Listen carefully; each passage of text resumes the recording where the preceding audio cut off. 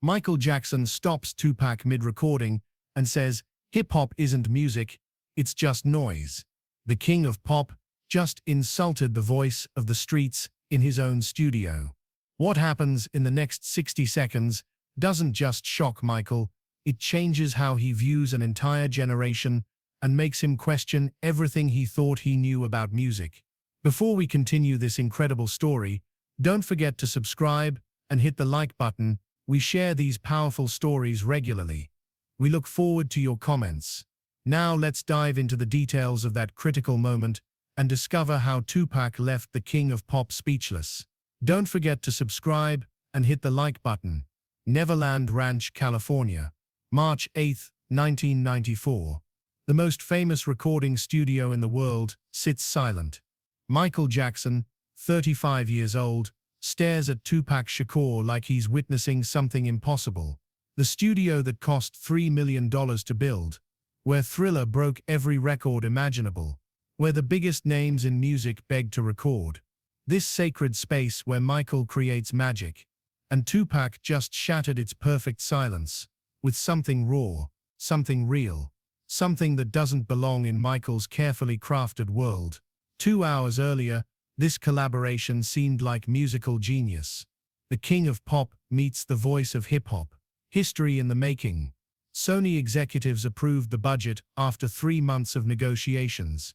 Two legends from different worlds creating something unprecedented. But now the air crackles with tension. The gold records lining the walls seem to watch disapprovingly. The platinum plaques catch studio light like judges' eyes.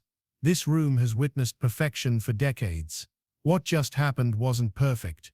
It was something else entirely. TUPAC stands behind the microphone, 22 years old, wearing simple jeans and a white t-shirt. No designer labels, no flashy jewelry, nothing that screams superstar except his presence. His headphones hang around his neck like a chain of defiance. His eyes never leave Michael's face. The studio that created Thriller and Bad has never heard anything like what just happened. TUPAC just laid down a verse so raw, so honest, so real, that it shattered every assumption Michael Jackson had about rap music. The verse wasn't about money or fame, wasn't about cars, or women, or violence, or any of the stereotypes Michael associates with hip-hop.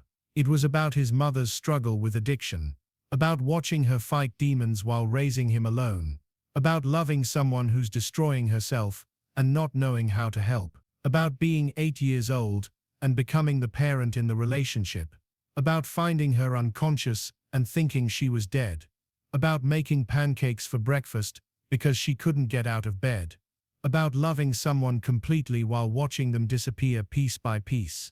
The verse contained pain so authentic it hurt to hear, love so deep it transcended judgment, strength so real it made Michael's polished perfection feel hollow by comparison.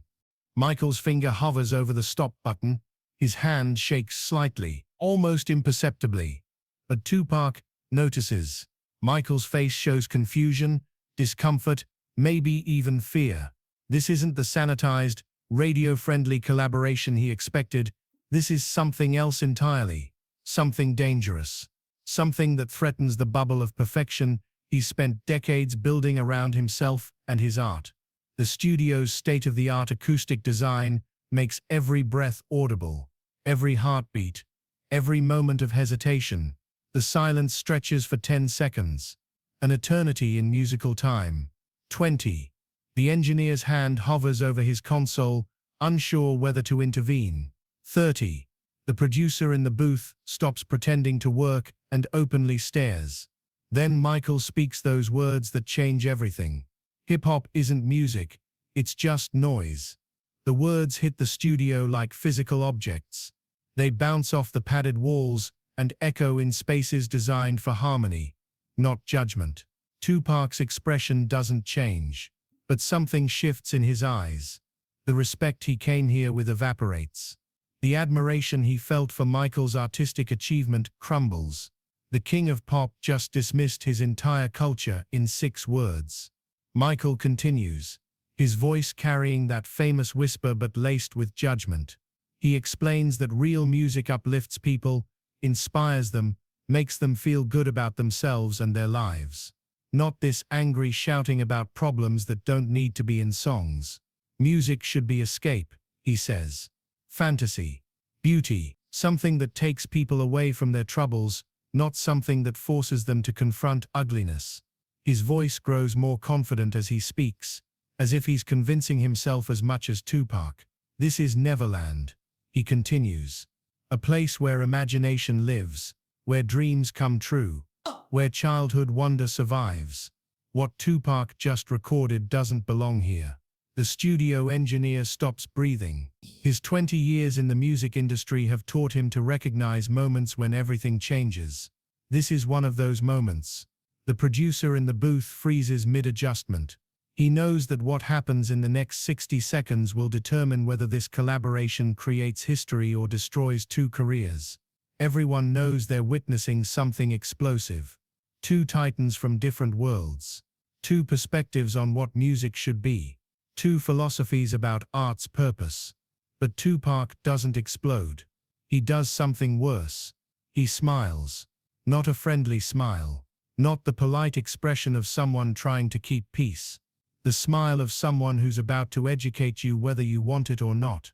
The smile of someone who's been underestimated his entire life and has learned to use that underestimation as a weapon. Tupac steps closer to the console where Michael sits. Close enough that the king of pop can see every detail of his expression. Close enough to smell the expensive cologne that costs more than most people's rent. Close enough to see the uncertainty flickering behind Michael's famous eyes. This is the man who moonwalked into history, who sold 100 million albums, who transformed music videos into art. And right now he looks like a child who's about to be schooled. Then Tupac starts speaking, not rapping. Speaking in that calm, measured tone he uses when he's about to dismantle someone intellectually. His voice carries no anger, no defensiveness, just quiet confidence that makes silence feel heavier than sound. He asks Michael a simple question. What do you know about struggle? The question hangs in the air like smoke from a gun that just fired. Michael's face tightens. His jaw clenches almost imperceptibly. He starts to respond about his difficult childhood, his early fame, the pressure of being the world's biggest star, about starting work at 5 years old when other kids were learning to tie shoes, about never having a normal childhood because he was too busy creating entertainment for other children, about the loneliness of fame, the isolation of success, the burden of perfection. Tupac cuts him off gently, not rudely, just firmly. Not that kind of struggle, he says. The words are quiet, but they slice through Michael's justifications like a blade through silk. Real struggle. Tupac continues. When your mother shoots heroin between her toes, because every other vein has collapsed. When you're 8 years old making pancakes, because she's been unconscious for 2 days. When you love someone more than life itself, but you can't save them from themselves. When struggle isn't about fame or pressure or expectations. When it's about survival. When it's about watching the person who gave you life slowly kill herself and not understanding why your love isn't enough to stop her. When it's about becoming an adult at an age when you should still believe in fairy tales. The studio goes dead silent. Even the air conditioning seems to stop humming out of respect for the truth being spoken. Michael's mouth opens slightly. No sound comes out. His perfectly choreographed responses disappear. His media-trained deflections evaporate. For the first time in decades, Michael Jackson has nothing to say. Tupac continues, his voice never rising but somehow filling the entire room. He explains that music isn't just entertainment for people who live what he's describing. For people who live in forgotten neighborhoods where hope goes to die. For families torn apart by addiction that started as self-medication for trauma society refuses to acknowledge. For children who grow up too fast because circumstances don't allow them the luxury of extended innocence. For communities where violence isn't a choice but a survival strategy in environments designed to destroy them. Music is survival for these people. It's the only voice they have when politicians ignore them, when media dismisses them, when society writes them off as statistics rather than human beings. the only witness to their pain when the world pretends their suffering doesn't exist, the only proof that their lives matter enough to be documented, remembered, honored through art. Michael shifts uncomfortably in his chair. His hands fidget with the mixing board controls without adjusting anything. He's spent decades crafting an image of perfection, of fantasy, of escape from reality rather than confrontation with it. His music takes people to places where problems don't exist, where love always wins, where dance floors cure heartbreak and rhythm heals wounds. But Tupac isn't finished. He talks about his mother Afeni Shakur, former Black Panther, revolutionary, woman who fought for justice while fighting her own demons. How she raised him to think critically about the world, to question systems that claim to serve people they actually oppressed. How her struggles don't make her less worthy of respect. How her pain doesn't make her less human. How her addiction was rooted in trauma that began long before she was born, in generations of systemic abuse that society refuses to address. How documenting that pain in music isn't noise. It's necessary. It's historical record. It's truth-telling. It's resistance against forces that profit from keeping certain stories untold. Michael's eyes widen. He's starting to understand that he's not talking to some angry kid from the streets. He's talking to someone who's been educated, formally and through experience, in ways that his success protected him from learning. Someone who's thought deeply about art, purpose, and responsibility. Someone who's been through experiences Michael's fame and fortune insulated him from. Someone whose noise comes from places Michael's never been and hopefully never will be. Tupac explains that calling hip-hop noise is like calling blues music noise, like dismissing jazz as noise, like telling an entire culture that their experiences don't deserve artistic expression, like saying that only certain kinds of pain are worthy of transformation into art, like declaring that struggle is only valid if it meets standards set by people who've never experienced it. The comparison hits Michael hard, harder than he expects, harder than he's prepared for. As a black artist, he knows what it feels like to have his music dismissed by people who don't understand it. He remembers critics calling the moonwalk a gimmick instead of recognizing its artistic innovation. Radio stations that wouldn't play his videos because of his skin color until Billie Jean became too big to ignore. Music executives who tried to change his sound to make it more acceptable to white audiences. The way certain people looked at him early in his career, like he was an intruder in spaces they believed belonged to them. But somehow, without realizing it, he's doing the same thing to hip-hop, dismissing an entire art form because it doesn't match his aesthetic preferences, judging experiences he's never lived through standards developed by his own insulated perspective, becoming the same kind of gatekeeper who once tried to limit his own artistic expression. Tupac's voice softens. He acknowledges Michael's incredible talent, his groundbreaking achievements, his ability to unite people across racial and cultural boundaries through music. But he asks, why can't different forms of music coexist? Why does uplift have to mean ignoring reality? Why can't there be room for both fantasy and truth? Michael sits in silence for a full minute. The engineer pretends to adjust levels just to have something to do.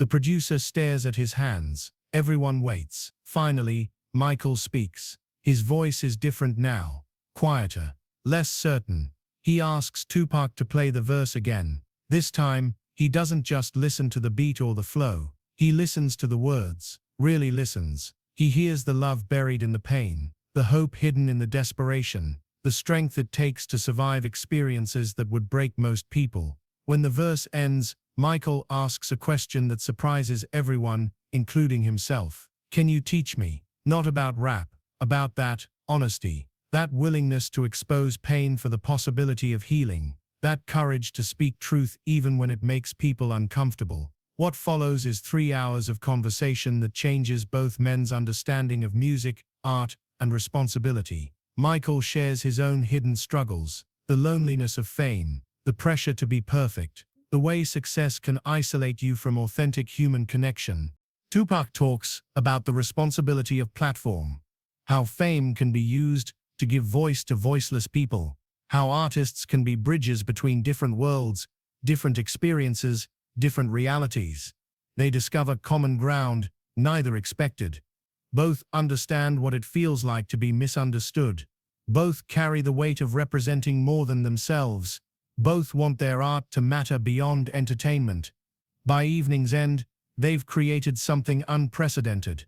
Not the commercial collaboration originally planned, but a song that blends Michael's melodic genius with Tupac's lyrical honesty. A song about struggle and triumph, pain and healing, different experiences united by shared humanity. The song never gets officially released. Too controversial for Michael's label, too soft for Tupac's audience, too honest for commercial radio. But bootleg copies circulate through underground networks for years. Musicians study it, critics debate it, fans treasure it as proof that artistic barriers exist only in minds, not in music. Most importantly, the collaboration teaches both artists something valuable about assumptions, understanding, and the danger of dismissing what you haven't experienced. 3 months later, Michael privately funds a youth music program in Oakland. He never publicizes it, never seeks credit, just quietly supports young people learning to transform their experiences into art. Tupac, meanwhile, begins incorporating more melodic elements into his work, not compromising his message, but expanding his methods of delivering it. 2 years later, when Michael faces his own public struggles, Tupac is one of the few artists who publicly defends him. He reminds the media that everyone deserves compassion, that judgment without understanding serves no one. The collaboration that started with dismissal ends with mutual respect. The noise that Michael initially rejected becomes music he learns to appreciate. And the king of pop discovers that sometimes the most important lessons come from voices you're not expecting to hear. March 8, 1994, at Neverland Ranch, two musical legends learned that greatness comes in many forms, that different doesn't mean inferior, and that the most powerful collaborations happen when people set aside assumptions long enough to really listen to each other. The day Michael Jackson called hip-hop noise became the day he learned that every voice matters, every experience deserves expression, and every person has something to teach if you're humble enough to learn. Don't forget to subscribe and hit the like button.